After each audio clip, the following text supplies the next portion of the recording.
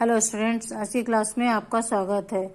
अध्याय 13 संविधान, शासन व्यवस्था और सामाजिक सरोकार।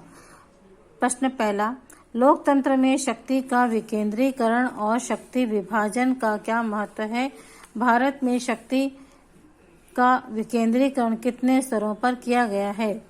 उत्तर, लोकतंत्र में शक्ति का विकेंद्रीकरण और शक्ति विभाजन का महत्व। लोकतंत्र में शक्ति के विकेंद्रीकरण का उद्देश्य होता है जनता को अधिक से अधिक सत्ता में साझेदार बनाना। सत्ता की साझेदारी एक प्रकार की लोकतंत्र की आत्मा है। यदि सत्ता का विकेंद्रीकरण नहीं किया जाएगा तो शासन आम लोगों की पहुंच से दूर हो जाएगा और उनकी जरूरतों व आकांक्षाओं को प्राथमिकता नहीं मिल पाएगी। इस प्रकार लोकतंत्र को मजबूत बनाने के लिए जरूरी है कि सत्ता का विकेंद्रीकरण हो। भारत में शक्ति विकेंद्रीकरण का स्तर। भारत में केंद्र सरकार, राज्य और स्थानीय स्तर पर शक्ति का विकेंद्रीकरण हुआ है। इससे प्रत्येक इकाई स्वतंत्रता पूर्वक अपने क्षेत्र में कार्य करने के लिए सक्षम है व स्वतंत्र है।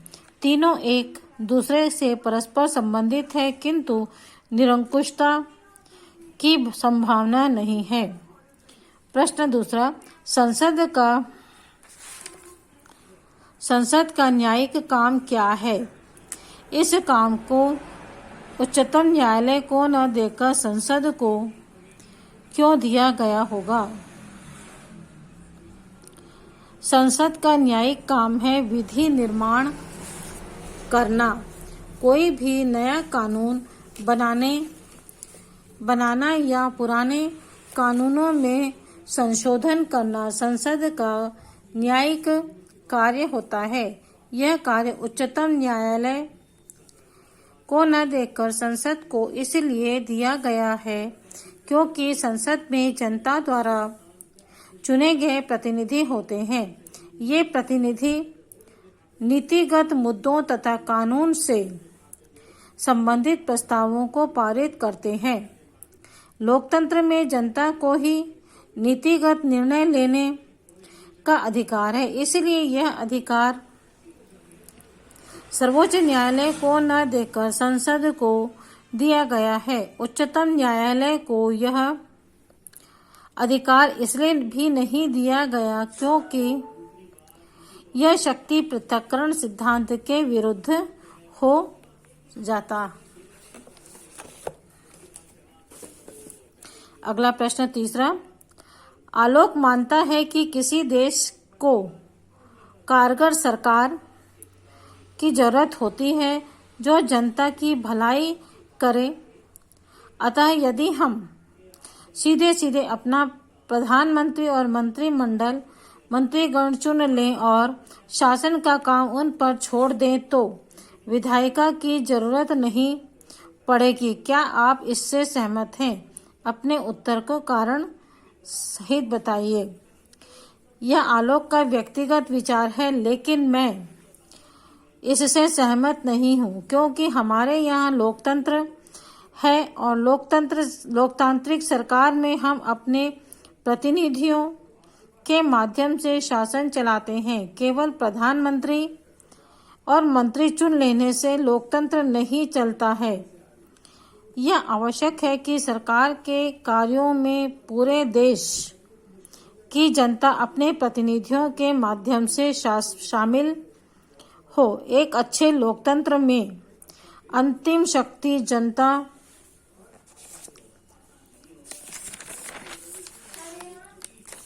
के हाथ में ही होनी चाहिए।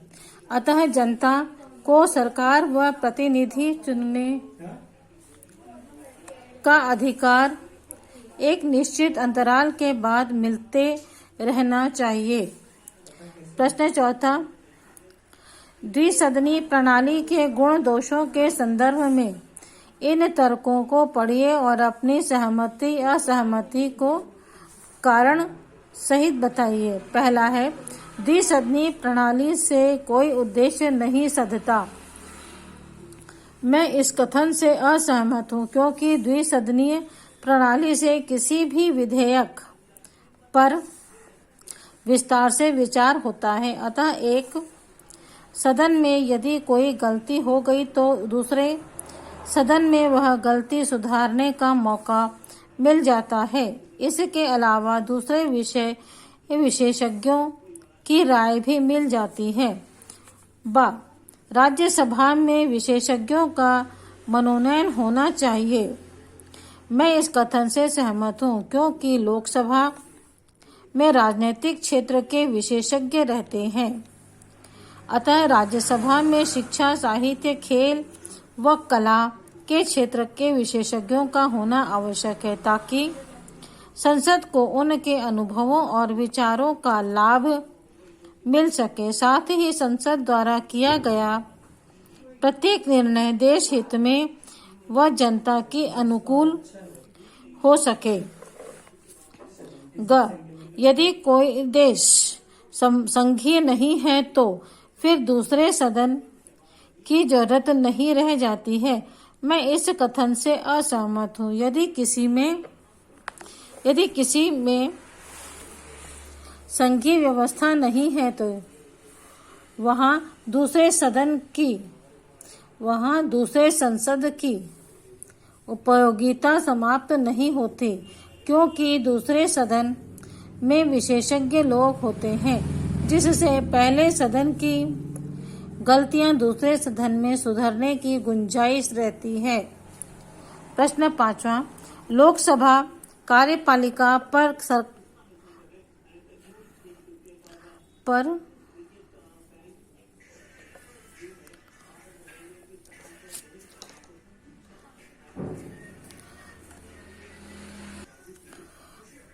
लोकसभा कार्यपालिका पर कारगर ढंग से नियंत्रण रखने की नहीं, बल्कि जन भावनाओं और जनता की अपेक्षाओं की अभिव्यक्ति का मंच है।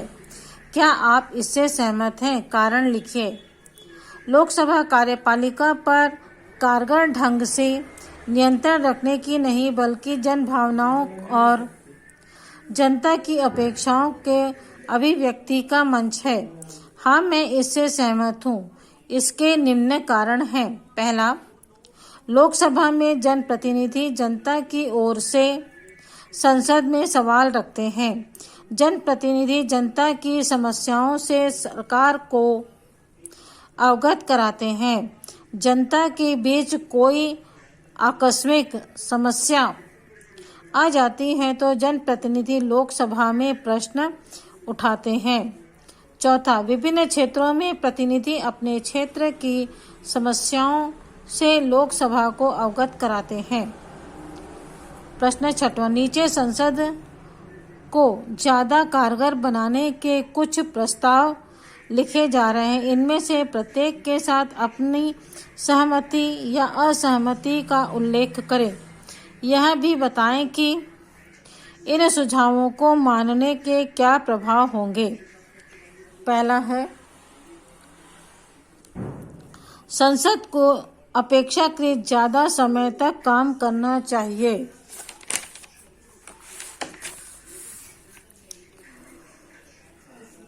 मैं इससे सहमत हूँ। संसद अधिक समय तक कार्य करेगी तो कई महत्वपूर्ण विधेयक जो लंबे समय से लंबित पड़े हैं पारित हो सकेंगे। संसद चूंकि पूरे देश का केंद्र बिंदु है, अतः स्वाभाविक रूप से संसद को अधिक कार्य कर देश हित में काम करना चाहिए।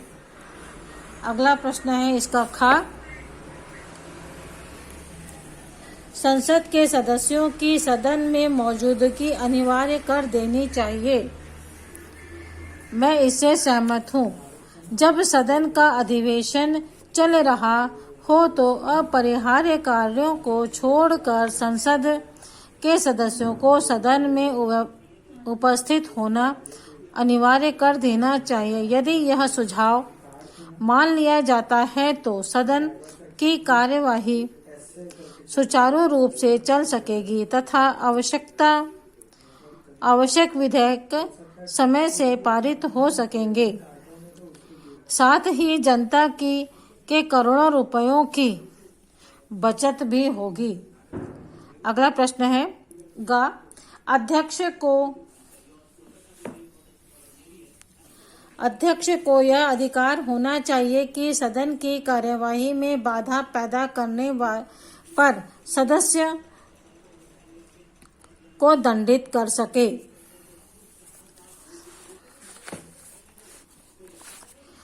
मैं इस कथन से सहमत हूँ। उपयुक्त अधिकार होने से यह प्रभाव होगा कि जिस प्रकार आजकल हम देखते हैं कि लोकसभा में विपक्ष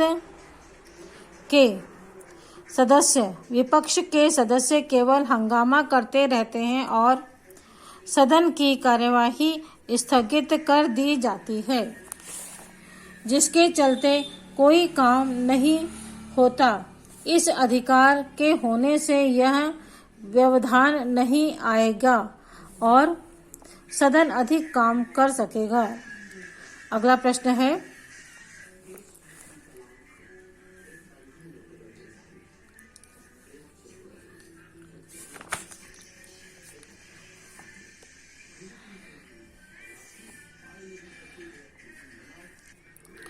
प्रश्न 10वां है, दो ऐसी परिस्थितियों के बारे में पता करें जब भारत के राष्ट्रपति ने संसद के किसी विधेयक को पुनर्विचार के लिए लौटाया हो।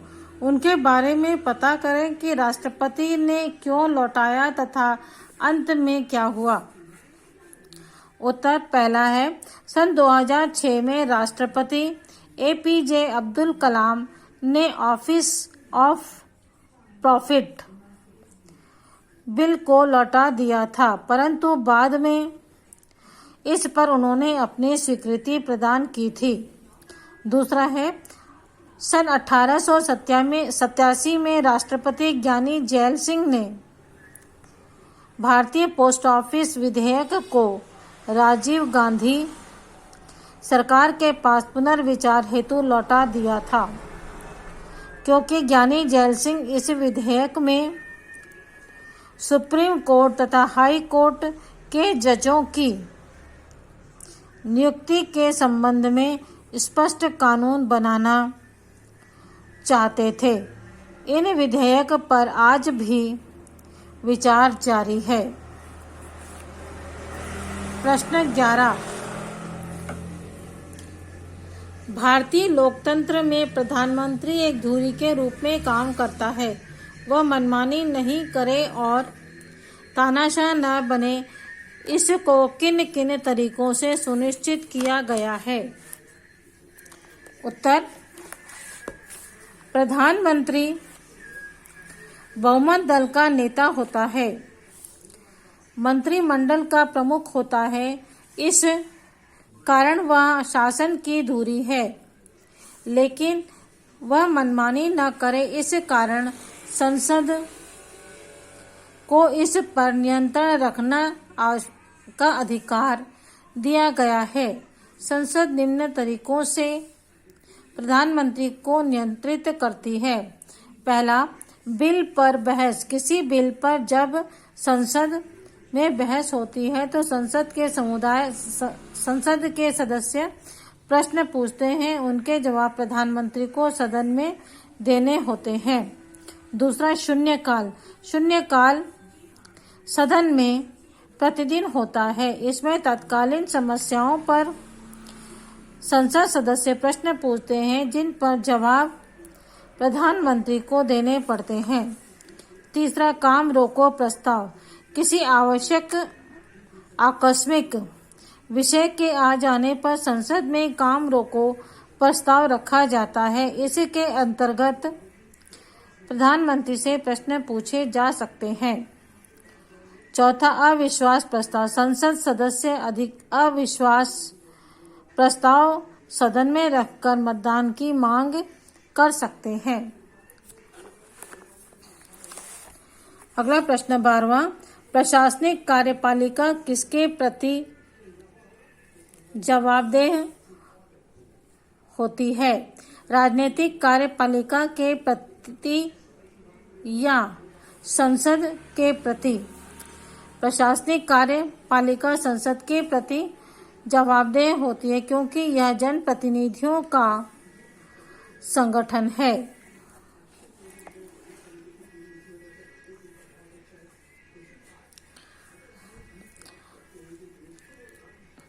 बच्चों, इस वीडियो में इतना ही। अगले वीडियो में हम इसके आगे देखेंगे। ठीक है, ओके, बाय।